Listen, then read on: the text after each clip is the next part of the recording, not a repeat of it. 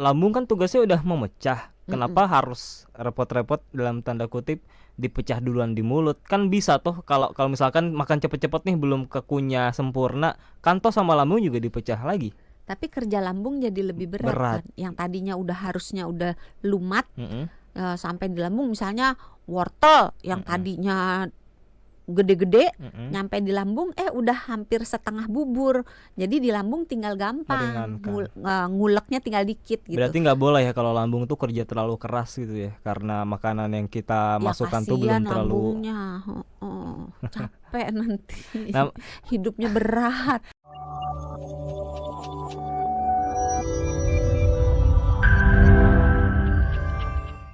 habis kekenyangan, udah kekenyangan makannya cepet-cepet, aduh Heeh. double tuh ya. Iya.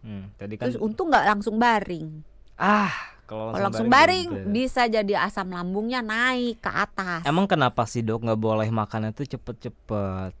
Kenapa dok? Emang Udah bakalan makan bakalan dah. cepet-cepet, udah kekenyangan, udah baring gitu kan. Terus Mm-mm. pakai ikat pinggang kenceng Waduh, banget gitu. Terus mana perutnya gendut. Nah, waduh. itu udahlah itu. Semakin dekat menuju ke penyakit yang namanya GERD. Oh kalau sering makan cepet-cepet bisa kena GERD. Bukan cuma cepet-cepet, Mm-mm. tapi cepet-cepet kekenyangan, berbaring. Kenapa kok bisa jadi larinya ke GERD dok? GERD itu sebenarnya adalah penyakit di mana asam lambung dan sebagian isi lambung bergerak dari arah lambung menuju ke arah mulut. Jadi Mm-mm. dia naik ke atas, nggak ada Mm. naik ke bawah ya, naik ke atas menuju ke arah mulut. Nah, hal ini bisa terjadi karena lambungnya diisi terlalu penuh atau ada dorongan dari area sekitar lambung, misalnya perutnya buncit atau mungkin ibu hamil atau posisinya dia tidur sehingga isi perutnya dalam tanda kutip bisa tumpah sedikit. Karena kalau dia duduk tegak kan lambungnya di bawah. Mm-mm. Isi lambung kan bentuknya kayak cairan gitu. Nah, hukum cairan kan akan menempati tempat yang paling bawah Bawah. kan. Nah, kalau kita berdiri maka dia susah bergerak ke atas. Tapi kalau dia tiduran, apalagi kalau ruku, membungkuk, itu akan lebih mudah tumpah dalam tanda kutip. Ngerti. Ya kan? Karena secara hukum gravitasi cairan akan bergerak menuju ke Bawah. bawah. Nah, kalau misalnya mau terhindar dari GERD, ya tapi tadi yang selain isi lambungnya terlalu penuh, bisa juga terjadi karena katupnya antara bagian selang makanan yang menghubungkan mulut dan lambung itu di katupnya itu lemah. Mm-mm. Jadi secara natural, secara alami Tuhan itu menciptakan manusia luar biasa. Jadi antara bagian bawah pipa saluran dari mulut ke lambung itu dikasih katup. Tujuannya apa? Kalau kita membungkuk habis makan, makanannya nggak tumpah, kita nggak muntah gitu.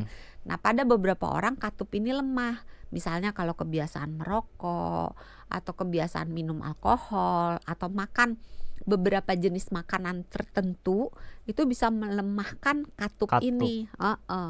Kalau katupnya lemah, maka isi lambung mudah bergerak ke atas.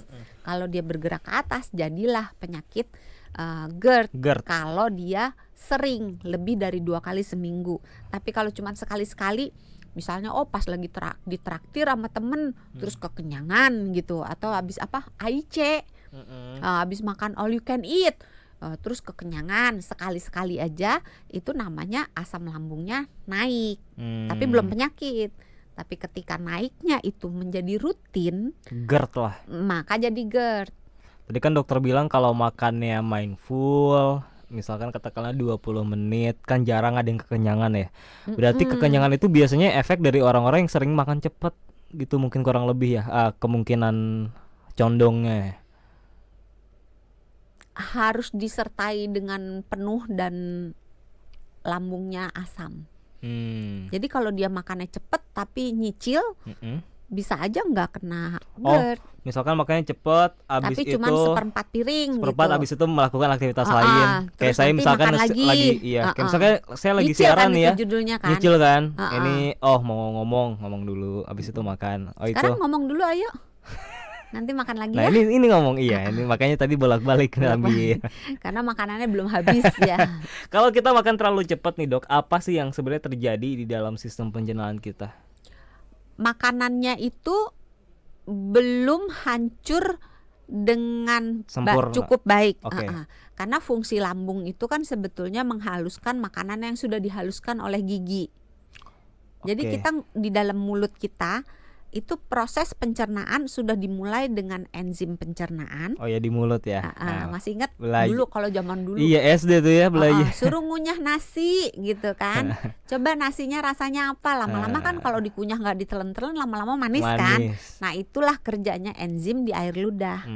Nah terus selain oleh enzim, dengan dikunyah secara mekanik itu dihancurkan, jadi kayak diulek gitu loh makanannya, kayak dicacah-cacah, kayak dipotong-potong kecil-kecil. Karena kalau makanan itu mau diserap oleh tubuh, dia harus tersedia dalam bentuk yang sangat kecil. Jadi udah tinggal diserap udah gampang gitu. Kalau nasinya masih gede-gede nggak bisa dipecah oleh enzim, jadi dia secara mekanis harus diulek gitu, diperes-peres, dihaluskan. Nah, terus bercampur dengan enzim pencernaan baru bisa diserap. Tadi kan kata dokter lambung tugasnya adalah untuk memecah juga kan. Makanya lambung kan suka melakukan itu kan kontraksi. Lambung kan tugasnya udah memecah. Kenapa harus repot-repot dalam tanda kutip dipecah duluan di mulut? Kan bisa tuh kalau misalkan makan cepet-cepet nih belum kekunyah sempurna, kan toh sama lambung juga dipecah lagi. Tapi kerja lambung jadi lebih berat. Kan? Yang tadinya harusnya udah lumat sampai di lambung, misalnya wortel yang tadinya gede-gede nyampe di lambung udah hampir setengah bubur.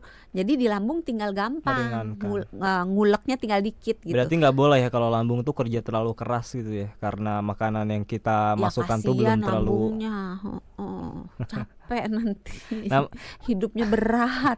Nah, kalau apa yang bakal terjadi dok kalau kita makan cepat-cepat belum terkunyah secara baik, secara lumat, terus udah masuk ke lambung? Intinya kalau untuk ke GERD perhatiannya itu lebih ke volumenya terlalu banyak, terus lebih ke jenis makanannya itu yang asem, yang pedes, yang terlalu banyak rempah, yang terlalu banyak minyak, yang terlalu banyak soda, banyak ya, terlalu banyak kafein dan beralkohol.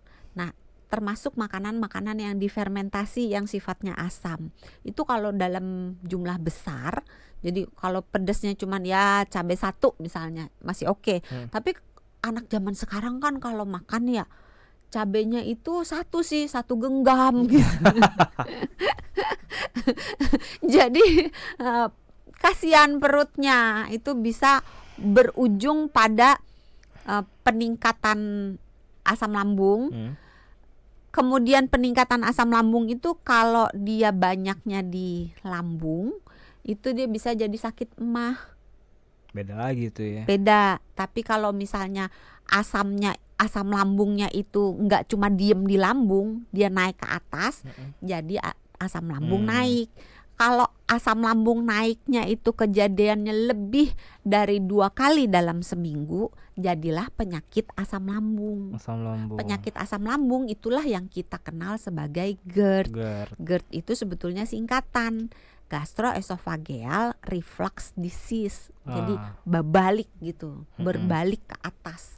Jadi kalau kita ngomongin makan cepat, sebenarnya kita lagi ngomongin soal GERD juga ya. Karena apakah efeknya hanya di GERD makan saja? Cepatnya sih, tapi lebih ke jumlahnya. Kalau dia kekenyangan, dia jenis makanannya buruk, apalagi kalau dia pada dasarnya sudah gemuk, terus pakai bajunya suka yang ketat-ketat, terutama di area pinggang, terus suka habis kenyang baring.